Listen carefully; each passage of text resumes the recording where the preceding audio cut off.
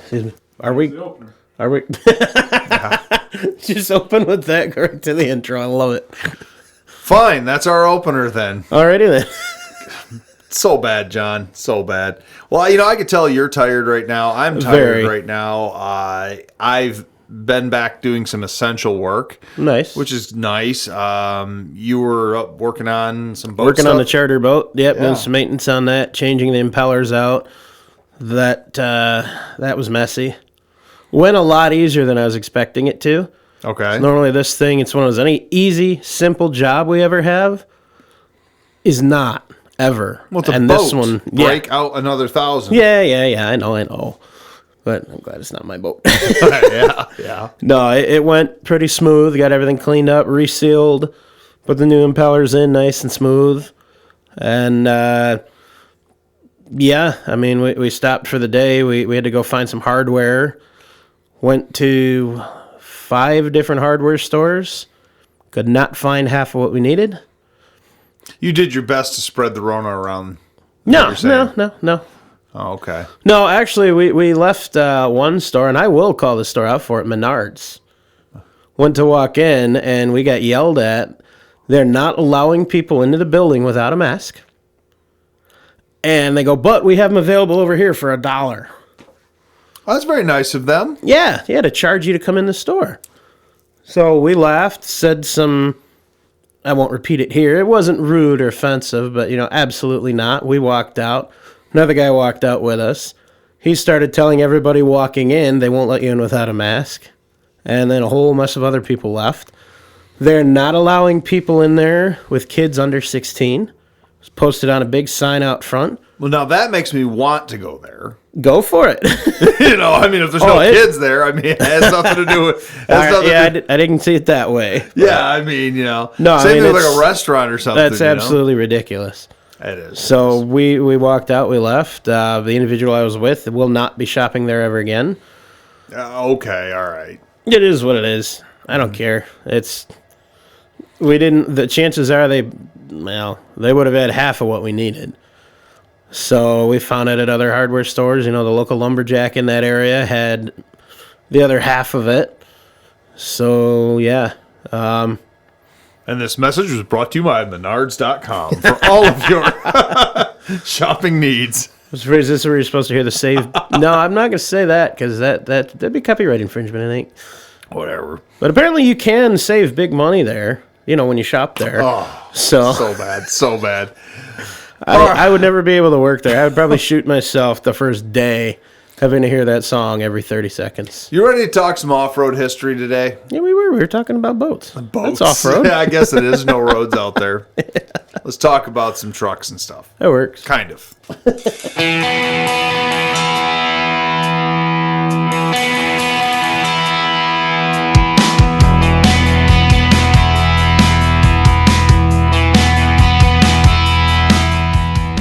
It's time to hit the trail, lock in those hubs, and throw it into low range. Because you are listening to Wheelin' with Keith and Johnny Orange, broadcasting from the Thin Line Off-Road Studio. They're here to talk about 4x4s, trucks, and everything to do with enjoying the great outdoors. Buckle up. Here's your hosts, Keith and Johnny Orange. Well, now that we've killed the water main in the studio... Yeah, we didn't think that one through. Hey, I like the valve is available, though, right there. Absolutely. Yeah, the new studio's in the basement here, of course, and somebody was running water upstairs. Some nice trials and tribulations with all of this. So we just killed the water main, and no one's yelling down yet that their shower turned really off. Unless they're on the 3rd floor, then we might not hear it too clearly. Yeah. Oh, well. Is what it is. Yeah. Our numbers thing that we're always doing. This is episode 54. That's for math, right? Numbers. Yes. Episode 54. I don't do no math. And by coincidence, May 1st, 1954 is the creation of the American Motors Corporation. Nice. I like them. Have you heard of them before? Yeah, they got us that one bird car. Bird car? Yeah, the representation of American freedom. The Javelin? The Eagle. Oh, the Eagle. Bad attempt at a joke. I'm Yeah, sorry. no. That's The Project XJ is originally AMC. well, isn't that an 88? Yeah. Yeah, it's after the Chrysler takeover, but it's an AMC design. So. Yeah. But it was right on that border. There were a few things done that were still their designs, and still then. I mean, that was all XJs through the entire run. Yeah. Just a hodgepodge of different crap. Well, we've talked about various AMC products in the past. We've done the CJ7 episode. Was that episode 7? Yes. Yeah. Okay. We did the CJ7. We've talked about They gave us some of movie the theaters, too. Don't forget that. Oh, the AMC That's a movie huge theater. contribution. I don't think there's a association there. But I don't know. That's the you same never letter. know. And that when you talk about the history of this company, you just never know because Well, let me ask you this. I had to write down a bunch of dates on this old envelope. Now, Nice. I know a lot about the development history of this company, but some of the dates and things, just so I didn't get mixed up, I wrote them down here on this. Well, piece of here's the paper. first thing I want to know. I've heard AMC defined in two different ways. Okay. Anybody's Motor Company and American Motor Company. Which is correct? Well, it is American Motor Company. It's been bugging me for years. Yeah, but it is not the first American Motor Company. Really? Yeah, back in the early teens, it was actually another American Motor Company, another AMC, that was completely unrelated, and it was owned by Lewis Chevrolet. Yeah. So Chevrolet owned the first Nice. AMC, but that is not where it goes. But AMC, if you're talking about 4x4s, they are the company that brought four-wheel drive to the world. Sounds. I mean, I believe it. Now, no, hang on though. You know, May 1st, 1954, there was four-wheel drive way before that. Yeah, very true. Okay. My reasoning behind that is because the roots and the history of what happened up to the point for AMC to exist is where it gets really interesting. And that's why for this episode, instead of just talking about, say, products that AMC offered or AMC did for, from 1954 through 1987, which was their run, Heyday. American Motors, I thought it'd be interesting to talk about their roots, where they came from, the butterfly effect of events that caused them to eventually become AMC. I like it.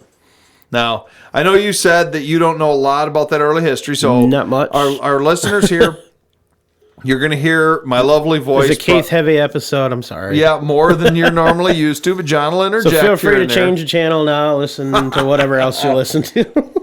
Please don't do that. I'm kidding. John. Pardon me. Wrong hole there. This may no longer be a Keith heavy episode. He is apparently choking to death. He is. We're going to have to take the water away from him. Yeah, no kidding. Is that water? Oh, yeah. Oh, Sure. Wow. Yep. Very fizzy, copper-colored water. Aw. I have actual water. So, have you ever heard the name Thomas Buckland Jeffrey? Nope. I've heard them individually, but not together. Thomas Buckland Jeffrey was born in 1845. Now, that was a long is- time ago. That is a long time before AMC was even a thought. It was like yesterday for you, right? Yeah, it was about the year I graduated high school, Okay. They had schools back then? That was like hammer chisel times?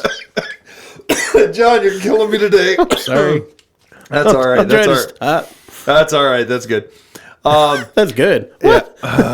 He was born in 1845, and he was an inventor, a tinkerer, all through his youth, early adulthood, made all sorts of other things. And I think it was, I wrote down the date because I'm going to make sure I had the date. Yeah, 1878, he had started producing bicycles. I have a plate that was made 3 years before that. You have a license plate? No, a dish plate. Oh. Sorry. Keep going. Wow, you got the ADD today. Yeah. Anyways, in 1878, he founded with another gentleman named Philip Gormley. They started the Gormley and Jeffrey Bicycle Company. Okay. And they started producing bicycles, and, well, that was pretty much it. And you would think, well, okay, what does this guy have to do anything with cars? Yeah, I'm wondering that. We're going to get there. I hope so. So Gormley and Jeffrey, they saw a couple of problems. Bicycles through the 1870s, 1880s were getting Back when they had those giant big wheels and then the like penny one small- farthings. Yeah, those are cool. Yeah, but the regular. I think the penny farthing had pretty much gotten out of. By the 1860s, it wasn't very popular, and they were starting to get to kind of the modern version of a bicycle. Okay. You know, still single speed. But one of the problems. That's like with the pegs and the little roundy things that make the noise on the spokes. Sure, we'll go with that. Anyways. I don't know where I'm going with all this. I don't know where you're going with that either. I swear to God, I'm tired, not drunk. But speaking of the tires and the spokes and things like that, bicycles at the time, they had invented pneumatic tires, you know, so a tube that had air in it. Yeah. But the tires themselves were glued to the rims of the tire of the wheel. The wheel. Yeah. And it was a several hour process if once they wore out or the tube internally needed to be replaced to peel all the old rubber off. I believe it. And to make a new tire. Now, they did not invent the tubeless tire. That was actually, I'm drawing a blank here. You're a food guy. Who's the guy? Andre Michelin. Andre Michelin, the Michelin 5-star restaurants and all that. Right. We Michelin. talked about that We've a talked a couple episodes ago. Yeah. Andre Michelin invented the tubeless tire. However, Jeffrey invented basically the wheel that would allow the tubeless tire to be used. Okay. He invented various split rims and things like that, but ways to mount a tire easily on a bicycle. So they started to make a lot of money doing that in the bicycle world. And then as the horseless carriages, automobiles were getting to be a little more popular, they did sell some of them to that. Jeffrey, being an inventor and a tinkerer, decided to, on his own, without his partner Gormley, if that's how you pronounce it, to build a car. Okay. And in 1897 or 98, I'm sure he was working on it both years. You don't just build a car from scratch in a year. Generally, no. No, I mean, it's happened, and there's a lot of problems with that. Yeah, 1897, he built his first car. Yeah. And it was such a successful little vehicle that he made that he decided to go into the automobile production business. Nice. So he sold his remaining ownership in the Gormley and Jeffrey company and started just the Thomas B. Jeffrey company. Nice. And he started making cars. And his first cars were called Ramblers. I've heard that. You've heard of the Ramblers before. Yeah. So he started to make the Jeffrey Ramblers. And they were popular little cars, made thousands of them from the teens on the way up through. And, you know, probably the company would have continued to build and boom for a number of years. But he went on vacation in 1910 in Italy. Okay. And died. So not a good vacation. Not a good vacation. No. But just prior to that, 1908, 1907, he had started to tinker with four-wheel drive vehicles. Okay. And the Jeffrey Company had purchased from the FWD company out of Wisconsin, who was just starting to get making vehicles. They had produced one to use at their shop. He didn't like how it worked and wanted something a little more durable. Yeah. Wanted something that could go in some of the muddier areas easy, not lose traction. So he decided to design his own vehicle. And so they designed what they called the Jeffrey Quad. I remember. We've talked about that one. Yeah. Well, it mentioned it at least at some point. Yeah. So the Jeffrey Quad, what's really interesting is the technological advances that vehicle had. It had front and rear steering. Nice. It had locking differentials front and rear. Dude, I'm liking the sound of this thing. We're talking here prior to 1910. I like it. Yeah. Awesome, capable off-road vehicle. They were built much better than the FWD trucks of the time. And they were just this amazing vehicle. Well, like I said, in 1910, he passes away, but the company continued to survive. Yep. The Thomas B. Jeffrey Company continued for a number of years. But the family eventually, the surviving Jeffrey family, decided that they no longer wanted to run the company. Gotcha. So they turned around in 1917 and sold the company to a kind of an investor, multimillionaire named Charles Nash. Ha! And Nice. it became Nash Motors. Nice. He just literally came in and put his name on all the Jeffrey products. So the Jeffrey Quad now became known as the Nash Quad. Nice. And this was right at the cusp of World War I. Excuse me. Sorry. So people that know about World War I vehicles are a lot of times familiar with the Nash Quad. Yeah. That was a vehicle that was designed by Jeffrey. There was no changes, just a name change. Right. It changed the name on the radiator. I've been on a shipwreck that was loaded with old Nash automobiles. They had been Nash crushed. automobiles or Nash quads? I don't know. Because they did make the automobiles too, but the quad was the truck, you know. Okay, I thought I remembered him saying automobiles. I don't know. I know. I think I know the one you're talking about. Went down in the 20s. I don't know when that one sank. It's not the one you're thinking of. You're thinking of one that has the one that's like fully intact still. Okay. No, the one I'm talking about. They were in a train car. It was a ferry boat, and they were all crushed. Oh darn! Not yeah, good. Not Lake good. Michigan. Yeah, Well, bummer. I don't remember. I didn't write it down on my little envelope here, but I do remember kind of off the top of my head. They made somewhere in the neighborhood of like 20 or 30,000 Jeffrey and Nash quads, and they sold a bunch of them to Relatively low amount low amount. in the grand scheme of. But you're also most production. talking about the teens. True. So that was a lot. That was a lot back then. It was very popular. Excuse These me were, again, sorry. very capable off-road vehicles. Yeah. Go anywhere. Both FWD and Nash sold a number of vehicles to Yeah. the U.S. government.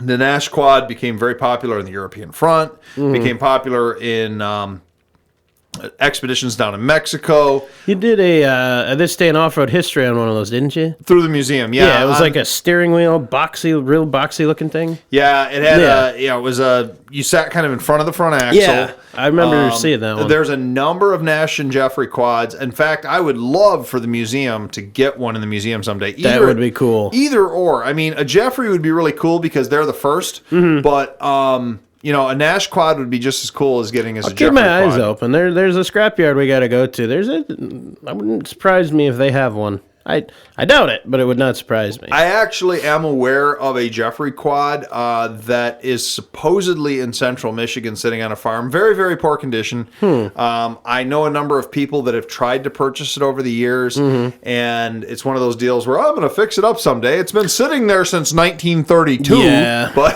Yeah. it's we'll see. Yeah, maybe make a proposition on behalf of the Mora for it. You never know. I'll bring that up at the next meeting. This might be a good time. Before we do a break, museum minutes. Okay. Speaking of the Mora, do we have any big news for the museum? I don't know. Do you want to talk about kind of closures of the COVID thing, anything like that? I don't really want to harp anymore on that. We did, I think, a pretty inclusive piece on that last week. We did. So, Basically, we could talk about that. We did the live chat with our video last week. That was Friday. We did that. that wasn't that wasn't the museum. I don't want to connect. Oh, that you to mean the just museum. strictly through the museum? Okay. Yeah, I'm talking about museum minutes for a minute here. We've been closed. We still closed. Yeah, we're gonna be closed.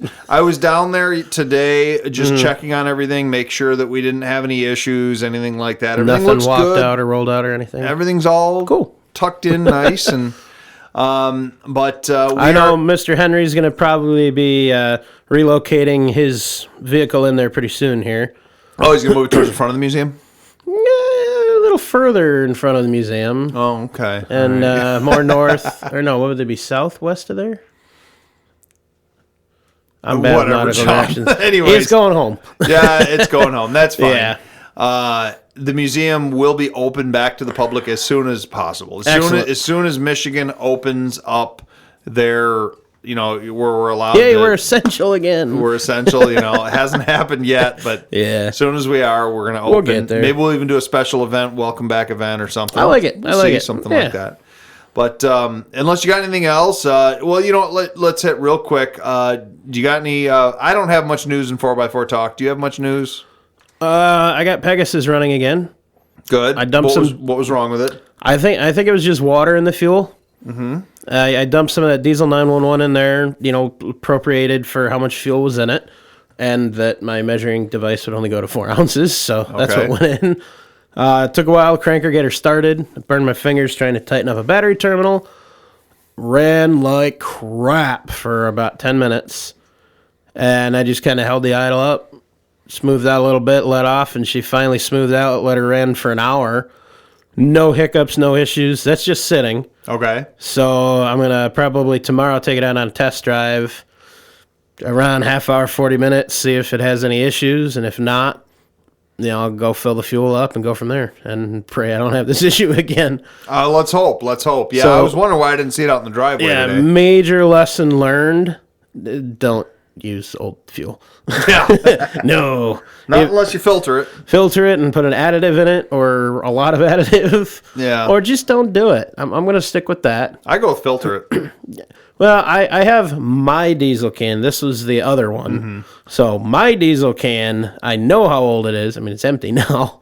But, I always put some treatment in there when I fill it up because I know it's going to be sitting for a few months at least. Okay. And I usually use that up every 6 months. Right. I'll replace it. So, lesson learned, don't do old fuel. If you do, take some precautions, at least with diesel. I was stupid. Yeah. I was really stupid. At least it's forgiving. Yeah, and it could have been worse. Look at it that way. So, Well, tell you what, let's take a quick break. And when we come back, I think we need to talk about the Nash Motors Corporation and what Charles Nash built on the foundation of the Jeffrey Company and where Nash I should we put a building on the foundation? Yeah, pretty much. Oh, okay. There's a lot of interesting Nash history. Nice. So let's talk about that when we come back. Sounds good. See you in a minute. Hey, it sounds like it's time to swap out that old engine for something better, John. Yeah, man, but I have so much into my trans and transfer case set up already. I don't want to change those too. Sounds like you need to call Quick Draw Brand Adapters. They specialize in conversion bell housings for nearly all diesel and gasoline engines, including the new 2.8R Cummins. I like weird engines. I want something different. Then you definitely need to visit QuickDrawBrand.com today. They have those hard-to-find parts. They also have used diesel engines available. You can call them at 513-446-9654. Cool, I'll do that. See what they have. Thanks. You ready? Oh, yeah, he's been going. Hell, that was recorded. What was recorded? Everything that we just said and did. Yeah, I mean, I don't think that he's going to have 5 minutes of us blowing noses. No, very fortunately for you folks there, you're not going to see anything that just happened here. It was good. Keith Don't bet took on his that. shirt off, and it was just... Yeah, I took my shirt off. They would like that, I tell you what, like that pizza advertisement I showed you earlier. Oh my god, dude. That was so stupid. Anyways, back to what we were talking about. So, 1917, Charles Nash takes over the Thomas B. Jeffrey Company. I was going to say, you said Jamis. Yeah, I know. The Thomas B. Jeffrey. That was a tongue twister for a second. I'm losing all kinds of He words takes here. that over, purchases it from the Jeffrey family, and creates Nash Automobiles. Fortunately, a lot of times, especially in those early days of automotive history, people and investors would purchase automotive companies and they didn't really put any more money into them, or they went bankrupt very soon. It's kind of interesting. If you go to the Henry Ford Museum, have you been to the Henry Ford Museum? Not since like third grade. Oh, okay. In the Henry Ford Museum, they have, or had, I haven't been there in a couple of years now, but they had this really interesting list that went along on one of their displays, and it showed all the car companies that were in the United States prior to the stock market crash in 1929. And then it showed all the car companies from 1929 after, and it had, it had all the car companies known of all time, whatever. But then certain ones were highlighted, and literally 90% of them were gone by 1929. Did they have the thing on that list? I don't think so. I don't think that was ever an official car company. I think that was something they tinkered with. I'll pull it up. I meant to actually pull it up on the break and forgot, but I coincidentally just read into it a little bit a couple days ago. You're talking to Memphis, where you're from, where they had the thing. But that was one vehicle they built. Yes. It was a steam-powered car. I don't remember all the details off the top of my head. Yeah. Steam-powered, but it was considered the first automobile built in Michigan. I've read about that before, yeah. Yeah. Maybe we do an episode about it someday, get a little more information I could about it. find more information on it. I tried looking quickly and could not find much. I know there's not a lot. I have two. But, so, I mean, well, I suppose I could go to that. What's that place with books? Most towns have them or counties. You can, like, rent them out and stuff. Oh, you're talking the adult video and bookstore? No, not that one. Not that one. No. Library? Yeah, live. thank you. Thank you, producer. Yeah, I could probably go to the Memphis Library. They go. might have some stuff. They have a library in that town? We do, yeah. St. Clair Wow. County Library System. I didn't know it was big enough that you guys would have a library. Oh, yeah. It's actually funny. The first library I remember in Memphis is now where the police station is. I still have my old card from that buried somewhere in the basement. Actually, I don't even... my card's probably no good You know what anymore. the police anyway, station in this town was 10 years ago, don't you? It was a video store. so- So every once in a while, I just want to walk in and be like, yeah, I'm here to return this cassette. That would be awesome. But I love it. Anyways, anyway, so Charles Nash continued to develop the Nash automobile. The Nash automobile became he was kind of like that mid-level vehicle. They weren't like a super cheap vehicle, although they weren't super expensive either. So he was a competitor with Chevrolet, with Dodge, with Ford. They did have some nicer models. They had some economy models. But, they continued various development, new models of vehicle, and they stayed with the times. Nice. Nash was a very respected brand. They continued building upon what they had. But Charles Nash in 1937, now they were developing some things towards the end of his tenure at the Nash Company. But in 1937, don't tell me he went on vacation too. no, he wanted thank God. he wanted to retire. Oh, okay. And he smartly researched and looked for somebody that he thought could take the helm of his company and continue it on. Yeah. And So is that when they started using those pneumatic tires? No, they had, Not that kind of retiring? no, not that kind of retiring. That's so bad. I'm so sorry. bad. My dad would be proud at that joke. Oh my God! Yes, he would. That is such a dad joke. He found what he believed to be, the right person or the right corporate mindset in another gentleman, George Mason. Okay. George Mason was the head Founder of the jars? What's that? Founder of the jars? That I don't know. Oh. I don't think so. That was a kind of a... Because- that meant to be a joke, but... Yeah, well, the thing is the Mason jars, they go back to the 1800s, don't they? I think so. I don't So actually if it's know. part of The his family, maybe not, but I'm gonna have George, to look that up now. I'm curious. we're going to have to look that up because that could be another key to this puzzle. Yeah. George Mason in 1937 was running the Kelvinator Appliance Company. Okay. They Figured made he'd be a stoneworker or something. They made the Kelvinator refrigerators, Kelvinator freezers, all sorts of home appliances. They were they were actually, I believe, the largest appliance company at the time in the world. They made all these appliances. So this is pre-GE days? Oh yeah. Yeah. Well, I think pre-GE appliances. I could be wrong there. Okay. But Yeah, I forgot they did actual electrical work. yeah, George Mason, he went to him and said, okay, we're going to do this. George Mason said, I would love to do this on one condition. We merge Kelvinator and Nash, Okay. which seems like a weird merger. You got a car company and you've got an appliance company. Well, I mean, you got to have your microwave and your dishwasher in the car. It's Sure. just, Well, absolutely. the most high-quality, portable, luxurious vehicle. This merger worked out. Nash accepted. They merged the two companies together in 1937 and became the Nash Kelvinator Corporation. Nice. Now, they continued to build the Kelvinator appliances and all the Kelvinator things, and they kept the Kelvinator name on them. Yeah. So all of the appliance end of the corporation was the Kelvinator side of it, Okay. and all the vehicle side of it was the Nash side of things. Okay. So they kind of kept those separate, but it was one company. Okay. At the time, that was the largest corporate merger in all of history, known history.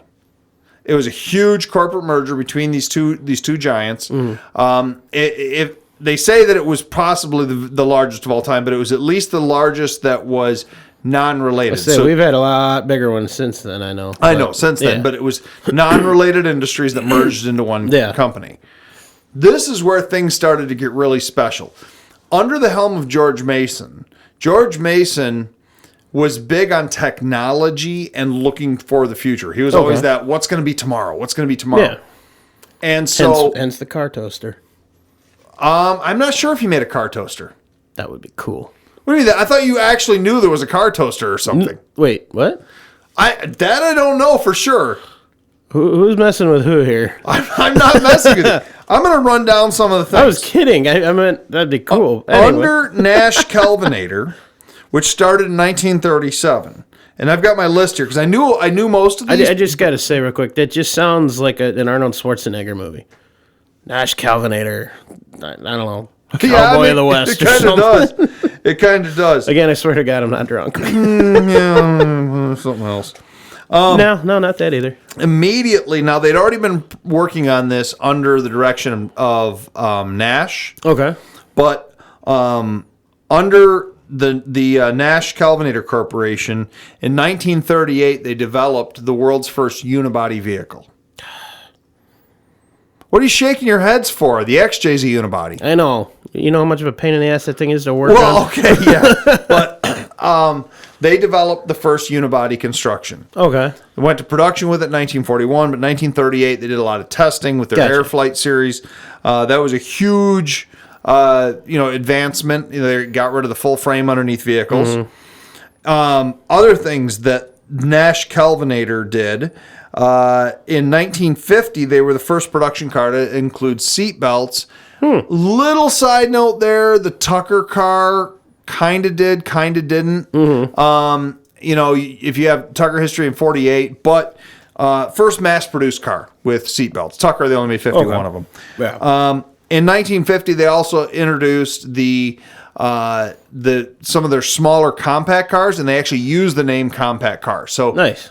They created the compact car. So that was under Nash Kelvinator, header there.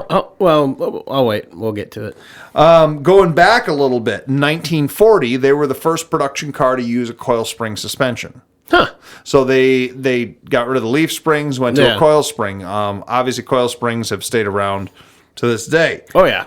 That same year, sealed beam headlights. Nice. Which, that was a replaceable headlight. You could very easily in and out. So they had all these, and there was a bunch of other ones. 1939, first air conditioning in a vehicle. So nice. And that same year, they were the first one to, or the next year, it might have been 1940 by my notes here, but the first vehicle with reclining seats.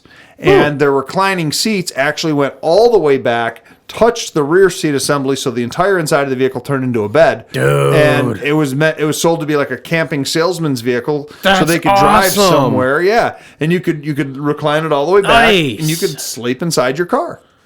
That is cool. Pretty neat thing, huh? Yeah, it'd be way more comfortable than sleeping in modern cars. That just sucks. Well, I mean, all those things I talked about there, every modern car has these. Yeah. And Nash is the one that came up with these. That's The awesome. Nash Kelvinator. Yeah. So, I'll just ask it. How long was Nash around for? Well, so I know you're getting there. But. I am getting there. In 1954, Nash Kelvinator acquired they weren't quite bankrupt. It was considered to be a friendly corporate merger, but they were hurting the Hudson Motor Car Company. Oh. So Hudson Motors, the fabulous Hudson Hornets, all that stuff. They merged with Hudson and created, May 1st, 1954, American Motors Corporation. Nice. So that was really up to the point. I mean, I won't say that was the end of it there, but that's when AMC became official. Nice. Now, they continued, though, developing more technologies and things like that. And in 1957, they developed they used the term muscle car for the first time. So that was another one. Now AMC, which is built, of course, on the foundation of Nash Kelvinator, first muscle car. Nice. And then, as you know, they eventually, I failed on this one. Maybe after the break, on the break, I'll run up and take a quick look. There's something else I wanted to think of here. I think I know what you're thinking at, but so AMC 1954, May 1st, existed. And, this is just all these companies going in together, and it was these mergers, and it was these builds, but it was built on technology. Yeah, that's cool. I never realized the history, like coils and AC and all that went that far back. Well, yeah, and that was all. I figured that was all in like the 70s. That's all considered to be under what they call the George Mason days of Nash, because that was the technology, and they were using I've read about it before. The Kelvinator company had all these engineers and inventors working for them. Yeah.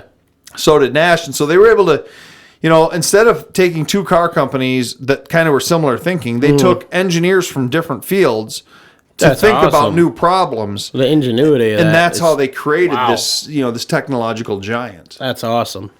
And so it was just a neat way to do that. And that was what was the foundation of AMC. But AMC's story, as you know, is not over there. Oh no. It was over eventually, kind of. Yeah. But is it too soon to take that next break? Never. Producer Andrew says never. That's fine with me because I got a little piece of sawdust or something in my eye. It's bugging the crap. Where would you out get of sawdust from? There. You just blew your nose in it, so you probably blew it on me. Yeah, we're still in our studio here. Yeah, this is our Wheeling News. We're still building the studio, but let's take a quick break, and we come back. I want to touch on a few more AMC things. And sounds good to me. I'm gonna clear this out of my eye. All right, sounds good, buddy. Ah, spring. It means so many things. Birds, flowers, warmer temperatures, and let's not forget, bugs! Don't let pesky bugs take over your home. Call ABC Home and Commercial Services. They have the solution for your spiders, wasps, box elder bugs, Asian lady beetles, cluster flies, and more. ABC Home and Commercial Services, the best in pests. Call 810-794-5678. So what I wanted to look up before the break there, John, was there was a date that was bugging me in my mind, and I actually ended up being kind of right in my mind because You think you forget your anniversary or something? I don't know what that is. Oh, No, you didn't hear that? I know what it is. Don't tell his fiance. I'm gonna say that I may have a special code somewhere that is that, so it reminds me, and I have to use it every day. So just gonna say that. Now everybody knows your pin. There you go, man. There you go. So AMC continued up through the 50s and early 60s producing passenger cars. Okay. They did not, which is strange because, going back to the quad days of the old Nash quad days, that ran up till about 1928. Mm-hmm. They just kind of eventually trickled off production because there wasn't as much military. And then, of course, World War II. Yeah. World War II was when we got back into the four-wheel drive world. Mm-hmm. There's really no any great producer of four-wheel drive vehicles in the 1930s. We needed four-wheel drive during wartime, so World War I, then World War II. Mm-hmm. And, of course, during World War II, we had the Willys Corporation create the Jeep. Yeah. We all know, Bantam created the Jeep, then Willys. But we've talked about that in the past. Someone will complain if we don't correct it. Yeah, that's what I'm saying. So Willys built Jeep into what it is. Yeah. Let's just say that. Yeah. Willys built Jeep into what it is. I thought for a minute there, as you and I talked during the break, that AMC acquired Willys in 1963. That's actually incorrect. Kaiser Motors acquired Willys in 1963. Kaiser, which is still considered to be a very strange merger because Kaiser was almost bankrupt, and yet they were able to buy another car company in 1963. Historians today have studied that. Where did the money come from? Somebody must have lost a bet or something. There was something there. Yeah, it's really an odd deal. Huh. They think there was some government backing, backroom deals, a lot of things that happened, but whatever the case, they continued to decline. 63 to 70 are not considered great years in the Jeep world. It gave us the Commando. The Commando. That was 66. What? Commando 66. Oh, it gave us the Commando. It didn't. The Jeepster, though. The Jeepster was back during the... and that went back to the 40s. 40s, yeah. But you know, like I say, it gave us Commando, and that's Yeah. great. So you had Kaiser Jeep. Kaiser Jeep existed from 63. Well, it was Kaiser Willys. They dropped Yeah. the Willys name, then they became Kaiser Jeep. Yep. Up till 1970, when AMC wanted to get back into the four-wheel drive off-road world, and they purchased them, absorbed in Yep. Kaiser Jeep. American Motors now was a car manufacturer and an off-road vehicle manufacturer. Yeah. And I think we've talked in previous episodes about how they went whole hog into the Eagle development, whole hog into the XJ development, which Yep. was partially with the French company Renault. There was Gave us the crappiest manual transmission ever in a Cherokee. that was Peugeot. I'm sorry, yeah. Yeah, that was another French company. Yeah. They had a lot of Well, stuff to do them with the too. French. Them We too. should do that someday. We should do an episode, and I'm not saying the next one, but we should do the AMC / Jeep French connection, because there was a bunch of weird French stuff that We can went call on that from title the French Connection. the French Connection, yeah, from the 70s to the 80s. There was a whole bunch of stuff, and they weren't the only ones. There was a Yeah. bunch of manufacturers. GM was dating the French and stuff at the time as well. So there was like this menage a trois going on, between GM and Jeep and the French, and it was just an odd deal of yeah, a little weird. and there was a time there in the 80s where it looked like France was going to be a Automotive center of the world. and yeah, it just didn't happen. But Yeah. so anyways, so that was there. And then 1987, as we know, and we've talked about many times, AMC via various things that happened, they were being bankrupted, partially by the fault of Lee Iacocca, who was trying like heck to get the Ferguson formula from the Eagle released, and so AMC ended up getting absorbed into Chrysler, which then, of course, all through the Chrysler stuff is now FCA. I mean, we could do the whole thing on like the 8 different times that Chrysler's changed names in the last. It'd probably be a couple episodes if we got But, into all the details. You know, what's interesting there, and we're going to do some more. You know, one thing. Let's just, I guess, on kind of on a, I don't say a final note here, but the AMC note.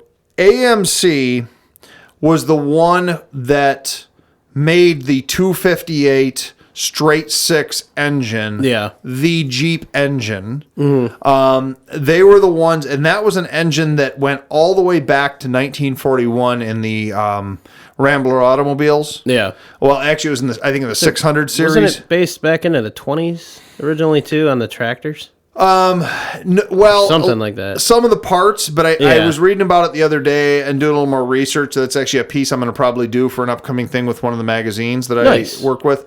I believe it was the Nash 600 1941. Okay. Had a flathead straight 6, and that is considered to be the, I guess, great-grandfather of the 258, which then became the 4-liter. Nice. It was the same engine that just kept getting redesigned for a number of Gotcha. years, all the way up until the very last year, which would have been, 2000? 2006. Yeah, and 2006, the final revision of the 4.0. Yeah. The final revision. A sad day. Yeah, so that was the end of it. And we could do that was a crap that's engine an by episode then, we should but- do, actually, is that whole straight 6. And keep that in mind, folks. If you are a Jeep guy, gal, and you've got a straight 6 Jeep, so 06 and older, TJ, YJ, XJ. old XJ or a CJ, the engine in your vehicle goes back to Nash days. I love that. And love that. it predates AMC. That's awesome. And remember, Nash is the company that put 4-wheel drive on the map Yeah. for the U.S. government, for the world.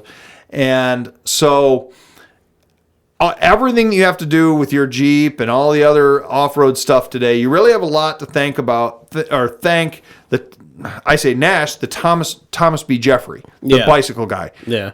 Thomas B. Jeffrey, who created the Jeffrey Company, Jeffrey Quad. So those 4-wheelers have All to give started- credit to a bicycle guy? It all starts out with a bicycle.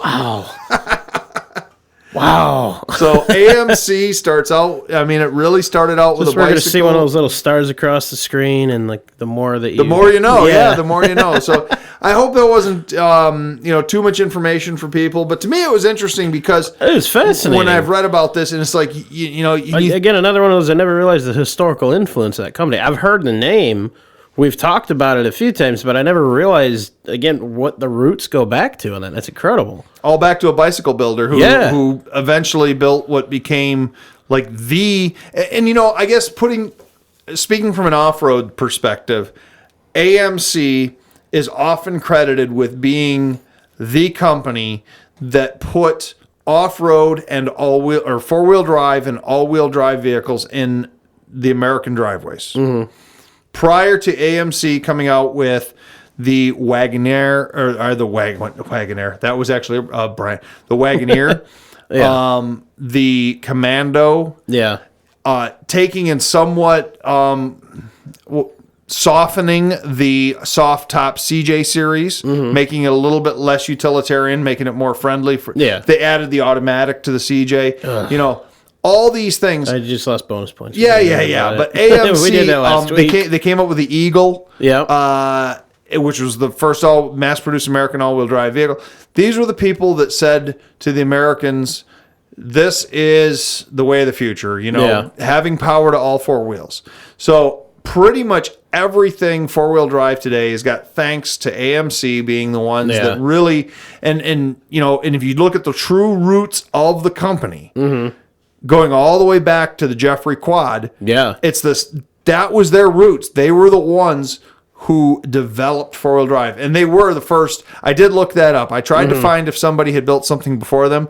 They are the first that are truly accredited with having the locking differentials front and rear. Nice. So they were the first, full-on true four-wheel drive. Some of the real early experimental things that just had like a straight solid axle between them with a welded differential, that doesn't really count. They had a true differential, like a limited slip in them. Nice. And so that was the Jeffrey Quad. That's the first. Wonder if anybody off-roader. still wheels one of those.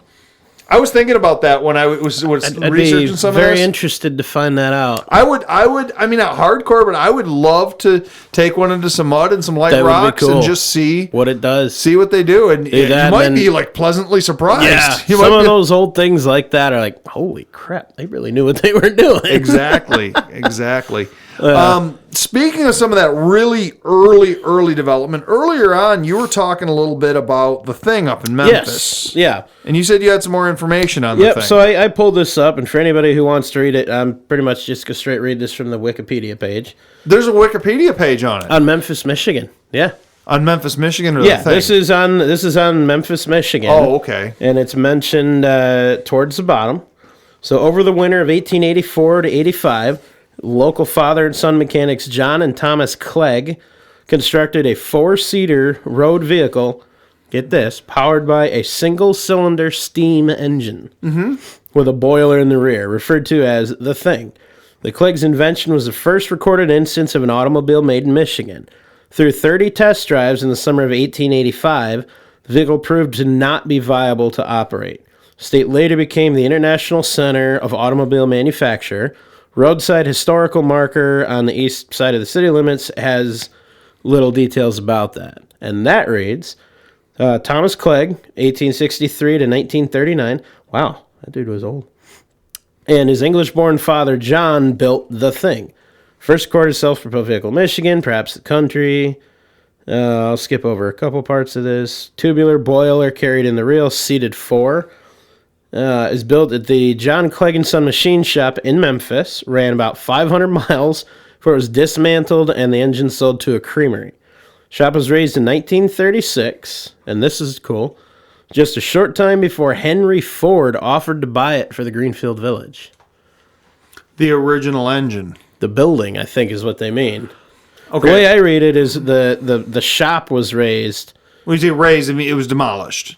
R-A-Z-E-D. Yeah, raised. That means they demolished it. They tore it down. Yeah. Not raised as in like lifted up. It was raised. Okay. Yeah, Yeah. I misunderstood that. Yeah, one. raised means that it was So knocked it's down. not. Oh, that's a bummer. So it's not in Greenfield Village. Then. No, but now I can add just a little bit to that because I did, and this is I'm going back into the noggin on the Thing.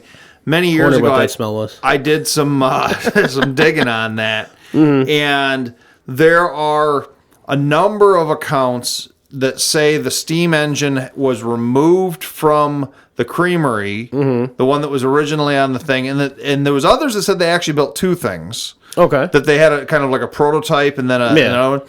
But one of the engines that they used eventually was supposedly installed onto a small boat. To check out to see the viability of that. Yeah. And the boat was lost it was sunk basically. Oh, really? But I couldn't find much more information. It was supposedly in a river that the thing went down. Could be the St. Clair River, could be somewhere else, but Yeah. no, it's pretty interesting. I was working on yesterday This Day in Off-Road History, and I was researching some of the early buses, and apparently in Great Britain in the 1820s and 30s, they had steam buses that did full service 20-mile routes. Wow. But then Great Britain kept taxing them so high on the roads that by like 1830, they became non-existent. And there was like a 50-year hiatus of any development of automobiles in Great Britain because of that. But all these steam vehicles prior to that, it kind of, this is a little bit, I know we don't get too political on this show, but that's an instance where overtaxation stunted an entire industry. Oh, yeah. Great Britain, I believe if they would have had that 50-year jump start that they had and they would have continued developing, they'd be the automotive capital of the world. We'd probably be speaking with an accent. Yeah, but who knows? Who knows? I'm not saying they would have taken over a country or something, but they would be making probably the majority of the vehicles. Yeah. But instead, they taxed vehicles out of existence, and they didn't make another one there until the 1880s. Wow. So, that's crazy. Yeah, you tax somebody out of existence, and that's just what happens. Of course, there was a country once that they tried to tax out of existence. That didn't work out real well for them either. Not really, no. Nope. So, John, what else you got today? Anything? I think that's about everything I've got. It's been kind of a slow week. Yeah. So weather has not been good. No. Oh, no. No. What was it? We had 60 the one day and snow the next. We had snow last night. We had it the same day. There was one day it was like 53 degrees outside or 55 when I woke up. Oh, yeah. I went out, I started mowing the lawn. I'm going along. I'm just in a hoodie. I'm just like rocking out. And all of a sudden I'm like, what is coming out of the sky? Snowflakes sideways at me. What is going on here? Sitting at a fire last night and I kept seeing this stuff fly by. I'm like, oh, that's ash, but the wind's blowing that way. That's weird. There's it again. What? Snow. Yeah. And then everything was covered. Man. We left, we went in the garage, just putting the fire out. I'm waiting for the good weather to come out. Well, every year when the season changes, I get a bit of a cold for a few days. I'm at the tail end of that now. It's no corona, I promise. Oh, it's too late already. You got the Rona.